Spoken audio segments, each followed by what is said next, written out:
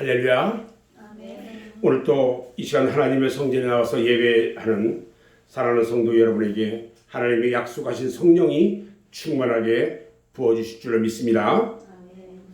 오늘은 마태복음 25장 19절로 30절 말씀을 통해서 칭찬받는 사람과 책망받는 사람, 이런 제목으로 함께 말씀의 은혜를 나누려고 합니다. 요즘 아침 저녁으로 쌀쌀해지면서 가을이 점점 깊어지고 있습니다. 가을이 깊어진다는 것은 겨울이 온다는 것을 우리에게 알려주는 겁니다. 이제 서서히 금년 한 해도 마무리를 할 때가 가까이 오고 있습니다. 이와 같은 세월의 무상함을 보면서 그리스도인들은 무엇을 생각하고 준비해야 할까요? 바로 영원한 영생에 들어갈 수 있는 준비를 해야 하는 것입니다. 아멘. 제가 아는 어느 어르신께서는요, 자기가 죽으면 입고 갈 것이라고 몇백만 원을 주고 수의를 준비해 놓은 것을 봤어요. 그것도 최고급으로 했대요. 요즘 안동포가 유명하다고 그러네요. 얼마 전에 TV에 나와서 그것을 준비하는 어느 유명한 사람도 보았어요. 또 이 자손들이 미리 부모를 위해서 준비해 놓으면 부모님들이 오래 산다는 그런 속설도 있더라고요. 그런데 요즘 자손들은요, 부모님의 수의를 준비하지 않는답니다. 왜 않는가 봤더니 오래 살까 봐 그런데요. 참 웃어야 할지 씁쓸한 마음입니다. 도대체 사람의 몸값이 얼마이기에 적지 않은 돈을 들여서 수의를 장만합니까? 죽으면 아무짝에도 쓸모없는 시체를 위해서 많은 돈을 들여서 수의를 준비해 놓으면서 장차 천국에 갈 때 입어야 할 세마포 예복은 어째서 준비하지 않느냐는 겁니다. 우리 주님께서는요, 잔치자리에 예복을 입지 않은 사람은 결박하여 내어 쫓으라 말씀하셨어요.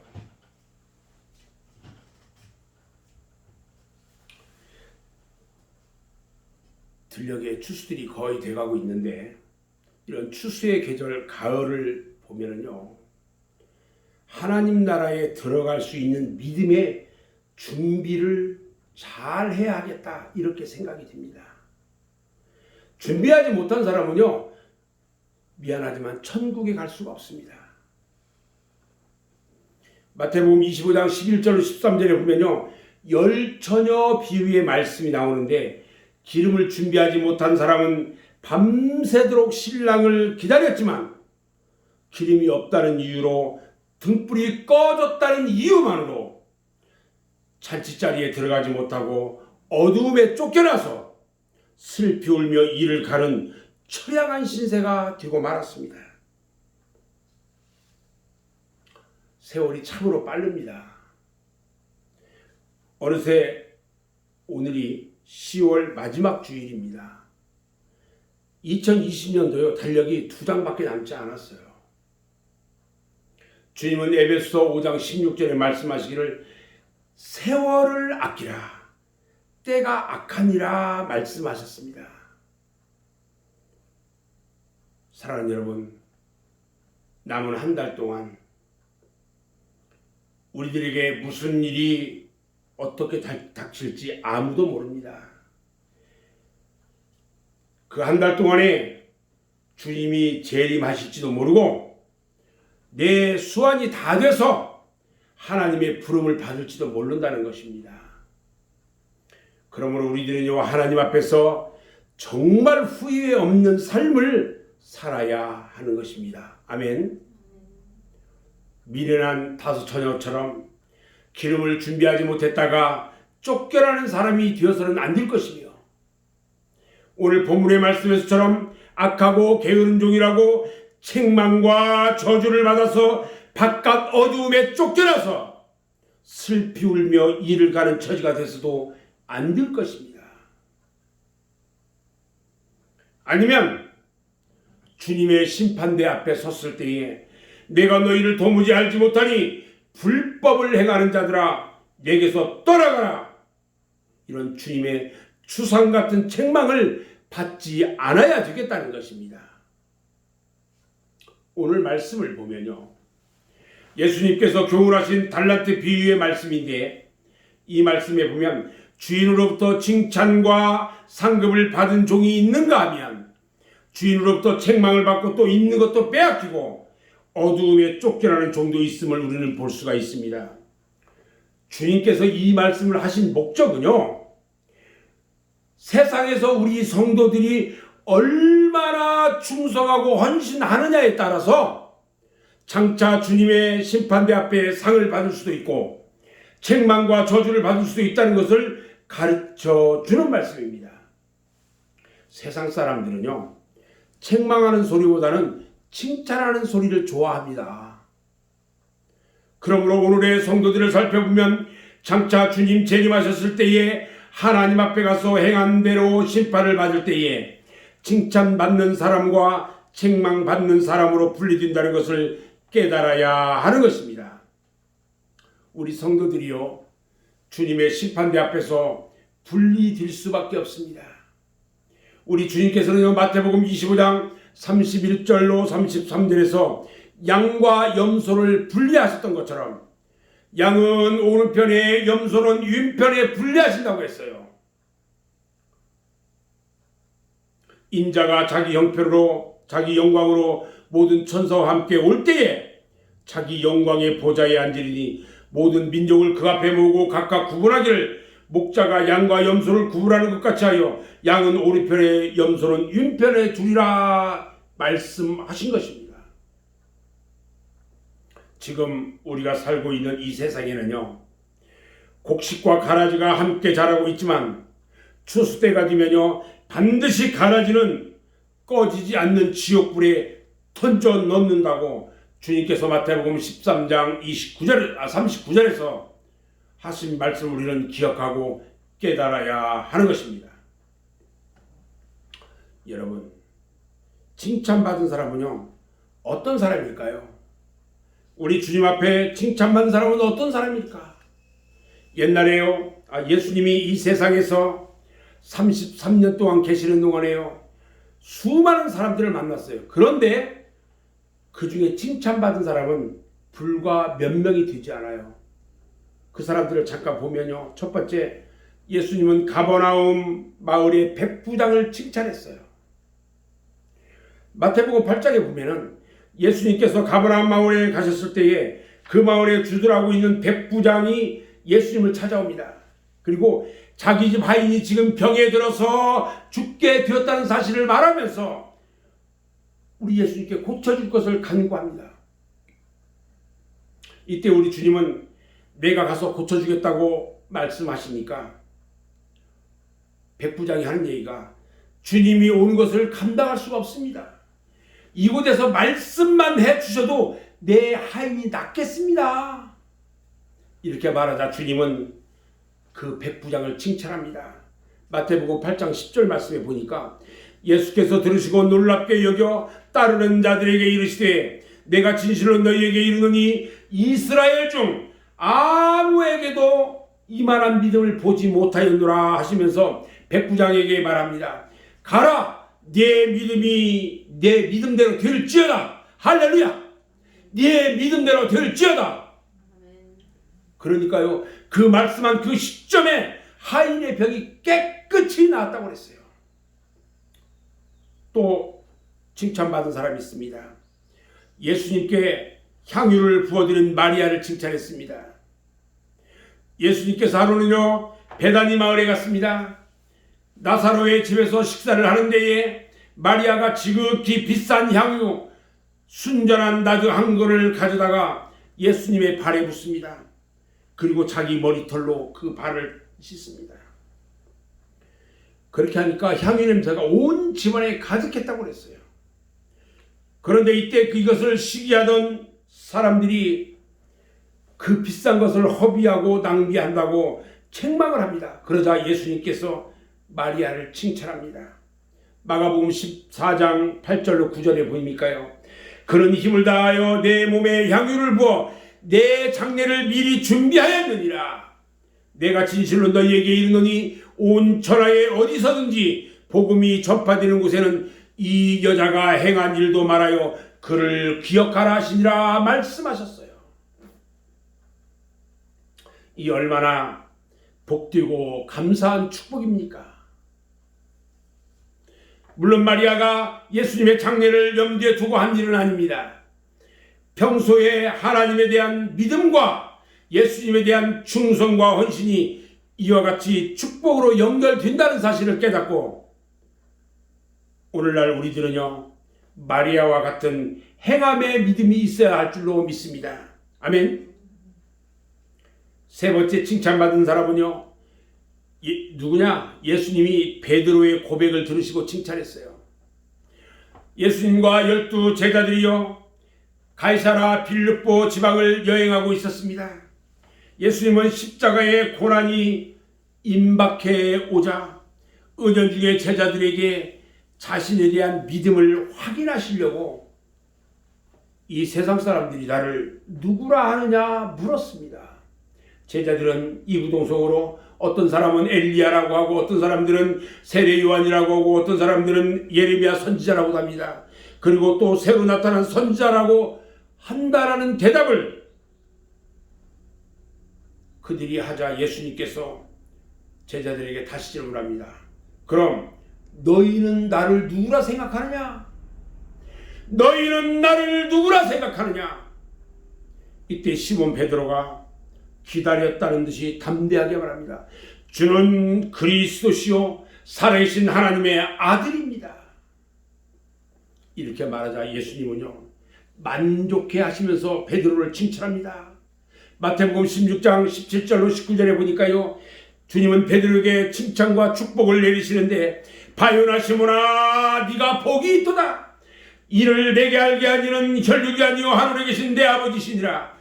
또 내가 내게 이르노니 너는 베드로라. 내가 이 반석 위에 내 교회를 세우리니 음부의 권세가 이기지 못하리라. 내가 천국 열쇠를 내게 주리니 네가 땅에서 무엇이든지 떼매면 하늘에서도 매일 것이요 네가 땅에서 무엇이든지 풀면 하늘에서도 풀리리라. 할렐루야. 이런 축복을 받아요. 또 있어요. 예루살렘 성전에서 두 랩돈을 헌금한 여인을 칭찬합니다. 예수님께서 하루는 예루살렘 성전에 가셔서요, 연복교에 헌금하는 그 모습을 유심히 보고 계셨어요. 그런데 많은 사람들이 연보를 넣고 있었어요. 그 중에 어떤 부자는요, 자랑하듯이 전대를 풀어가지고 많은 돈을 땡그랑 땡그랑 하면 소리나게 넣어요. 그런데 보니까 어느 한 가난한 과부가요, 와가지고 두 랩돈 조금, 요즘 말로 하면은 아주 형편없는 동전, 이것을 넣어요. 이것을 우리 주님이 다 보면서 말씀합니다. 네가 참으로 너희에게 말하노니 이 가난한 과부가 다른 모든 사람보다 많이 넣었다. 저들은 그 풍족한 중에서 헌금을 넣었거니와 이 과부는 가난한 중에서 자기가 가지고 있는 전 재산 생활비 전부를 넣었느니라 말씀합니다. 또 칭찬받은 사람이 있었어요. 초대교회에 처음 세움받은 7 집사는요, 유인들에게도 외국 사람들에게도 칭찬을 받는 사람들이었어요. 사도행전 6장에 보면요, 초대교회 처음으로 교회 집사를 세우는 기록이 있는데, 오순절날 성령을 충만히 받은 사도들이요, 죽음을 두려워하지 않고 열심히 전도를 하니까 교회는 날마다 부흥을 합니다. 그러다 보니까 감당할 수 없도록 많은 일들이 발생했어요. 그래서 사도들은 성령과 지혜가 충만하고 칭찬받는 사람 7을 뽑아서 구제와 봉사를 맡기고, 사도들은 기도와 말씀 전하는 것을 전체로 삼았습니다. 우리는 여기에서요, 초대교회의 집사의 자격 중에 주목해야 할 부분이 칭송받는 사람이라는 부분인 것입니다.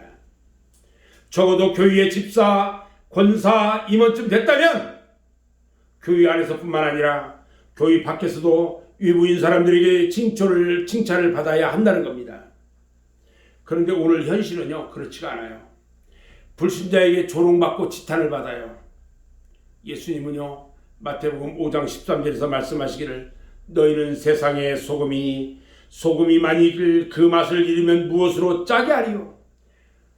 후에는 아무 쓸데없어 다만 밖에 버려져 사람들에게 밟힐 뿐이라고 말했어요.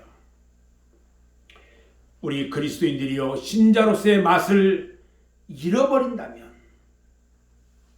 결국 불신자에게 밟힐 뿐이라고 하신 말씀인 것입니다. 그러면 책망받은 사람은 어떤 사람이 책망을 받을까? 첫 번째로 우리는 칭찬받는 사람을 돌아봤는데 이번에는 책망받는 사람을 돌아보려고 해요. 예수님은요, 제자들이 믿음이 없을 때 책망했어요. 예수님이 타신 배가 풍랑을 만났습니다. 광풍이 몰아와서 배가 금방이라도 침몰될 것 같은 위기에 처해 있었어요. 배 안에는 물이 가득 차 들어오기 시작합니다. 그런데 주님은 얼마나 피곤하셨던지 잠들어 있었어요. 고물에 잠들어 있었어요.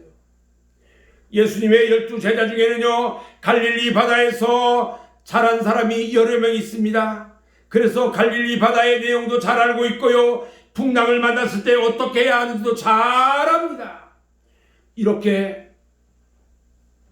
그들은 배를 젓는 기술도 누구 못지않게 월등했어요. 그러나 그들의 경험이나 기술, 지식이나 힘으로 이 풍랑을 이겨낼 수가 없었습니다. 12명이 지혜를 짜고 온 힘을 다했는데 헛수고였어요. 제자들은요, 할 수 없이 주무시는 주님을 깨웠습니다. 선생님이여, 선생님이여, 우리가 죽게 된 것을 돌보지 아니하십니까? 원망과 불평 섞인 소리로 예수님을 깨웁니다. 지금 자기들은 어떻게든지 배를 몰아 살아보려고 애쓰고 있는데 어떻게 태연하게 잠만 자고 있느냐고, 주님의 모습이 얼마나 야속했는지 알 수가 없어요. 제자들은요, 자신들의 믿음 없는 것을 반성하기보다는 태어난 주님을 이상하게 생각했어요. 드디어 깨어나신 주님은 말씀 한마디로 잠잠하라! 바람과 파도를 잔잔케 하셨습니다. 그리고 제자들에게 말합니다.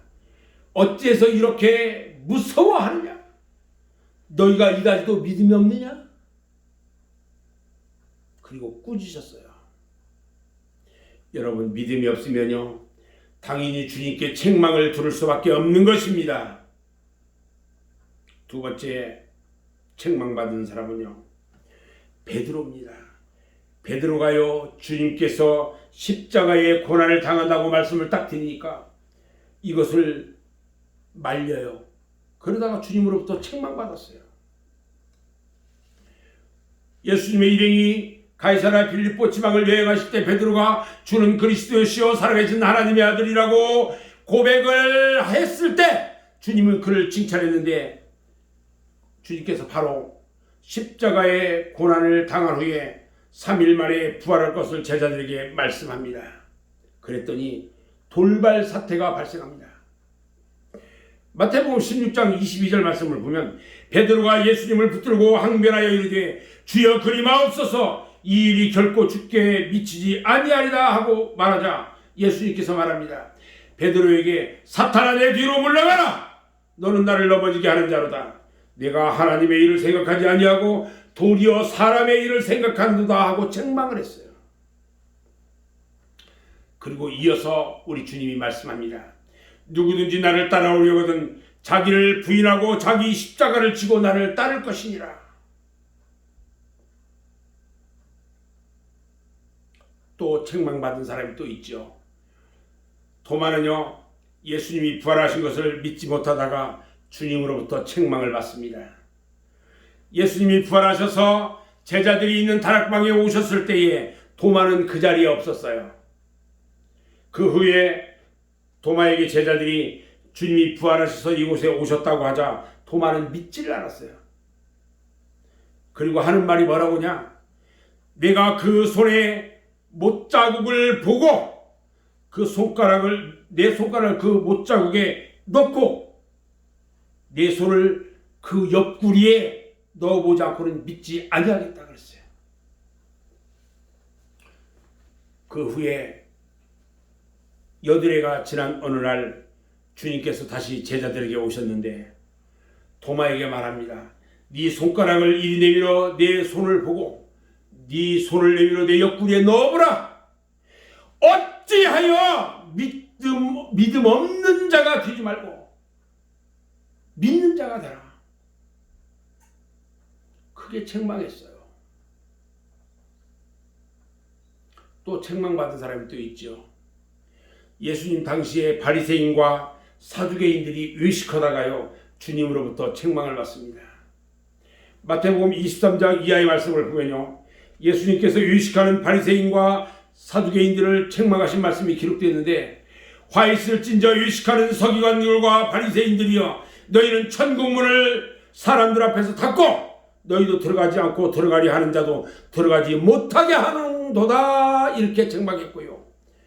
또 화 있을진저 외식하는 서기관들과 바리새인들이여, 너희가 박하와 휴양과 근처의 11조는 되되 율법에 더 중한 바 정의와 긍휼과 믿음은 버렸도다. 그러나 이것도 행하고 저것도 버리지 말아야 할지니라 말씀합니다.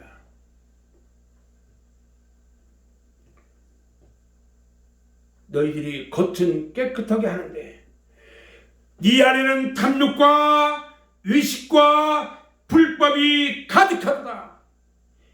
뱀들아, 독사의 새끼들아, 너희가 어떻게 지옥의 판결을 피하겠느냐 책망하셨어요.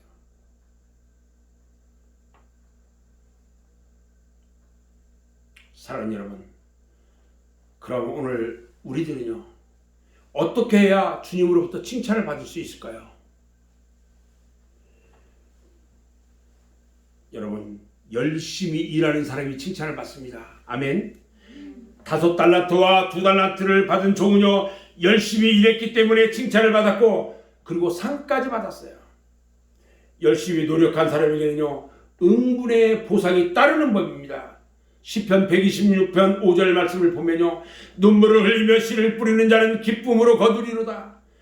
울며 씨를 뿌리러 나가는 자는 반드시 기쁨으로 그 곡식단을 가지고 돌아오리라 말씀하셨어요.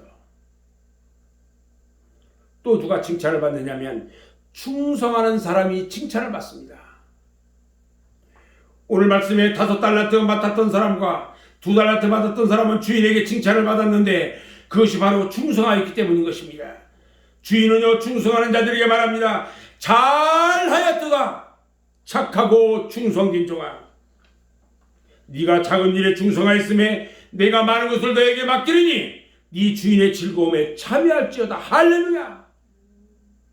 우리의 신앙도요 충성인 만큼 하나님 나라의 상급이 있습니다. 고린도전서 4장 2절에 보면 그리고 맡은 자들에게 구할 것은 충성이라고 말했어요. 하나님은 행한 대로 갚아주신다고 했습니다. 계시록 2장 23절에 보니까 모든 교회가 나는 사람의 뜻과 마음을 살피는 자인 줄 알지라 내가 너희 각 사람의 행위대로 갚아주리라 말씀하셨어요. 사도 바울이 고백합니다. 우리가 달려갈 길을 마쳤을 때에 주님의 의의 면류관을 준비해 주셨다고 하시고 주님은 생명의 면류관을 주신다고 약속하셨어요. 사도 바울은요 선한 싸움을 싸우고 달려갈 길을 마치고 믿음을 지켰다고 고백하는 것을 우리가 볼 수가 있습니다. 바울의 이 고백이야말로 최후의 승리를 확신하는 말인 것입니다. 조금도 미련이나 아쉬움이 없이 모두를 하나님께 다 드리고 그 하나님이 주시는 승리의 면류관을 받는 확신 있는 말씀인 것입니다. 마치 예수님께서 십자가 위에서 물과 피 한 방울 남김없이 다 쏟으신 후에 다 이루었다 하신 말씀과 같은 것입니다. 사도 바울은 자신 있게 나는 선한 싸움을 싸웠노라고 고백합니다. 그리고 88세의 일생을 오로지 주님만을 위해서 달려갈 길을 마쳤노라고 고백합니다. 그뿐만 아니라 믿음을 지켰다고 말했습니다. 사랑하는 여러분, 우리가 믿음 지키기가 얼마나 어렵고 힘이 듭니까? 그러나 바울같이 끝까지 믿음 지키는 성도가 되시기를 바랍니다. 아멘. 우리가 이 믿음을 지키기에 세상에서 울어야 할 때도 많고 고통을 혼자서 참고 견뎌야 할 때도 많이 있습니다. 그러나 최후 승리를 얻은 그날 주님은 우리의 눈물을 닦아주실 줄로 믿습니다. 계시록 7장 17절을 보면요, 이는 보좌 가운데 계신 어린 양이 그들의 목자가 되사 생명수 샘으로 인도하시고 하나님께서 그들의 눈에서 모든 눈물을 씻어 주실 것임이라 말씀합니다. 그리고 계시록 21장 4절에도 보면요, 모든 눈물을 그 눈에서 닦아주시니 다시는 사망이 없고 애통하는 것이나 곡하는 것이나 아픈 것이 다시 있지 아니하리니 처음 끝들이 다 지나갔음이라 말씀합니다. 저는 이제 오늘 말씀을 정리하려고 하는데요, 우리 그리스도인들이요, 세상에서 신앙생활을 잘한 사람은 분명히 하나님 앞에서 의의 면류관, 생명의 면류관을 받게 될 것입니다. 세상에서 받은 영광은 들의 꽃과 같이 쇠하지만 하나님 나라에서 받은 영광은 영원한 것입니다. 아무쪼록 우리 맑은새 교회 성도 여러분들은요, 사도 바울처럼 날마다 선한 싸움을 싸워서 이기고, 그리고 우리 일생 다할 때까지 주신 사명의 길을 달려가서 끝까지 믿음을 지키고 주님 앞에 서는 날, 우리 주님이 세마포 깃으로 우리 눈에서 눈물을 닦아주시고 생명의 면류관을 씌워주시면서 잘하였도다 착하고 충성된 영아, 네가 작은 일에 충성하였으며 내가 많은 것을 내게 맡기리니 내 주인의 즐거움에 참여할지어다. 내 아버지께 복받은 자들이여 나와 창세로부터 너희를 위하여 예비한 나라를 상속받으라. 이렇게 칭찬받는 여러분 모두가 되시기를 주님의 이름으로 축원합니다. 아멘. 기도하겠습니다.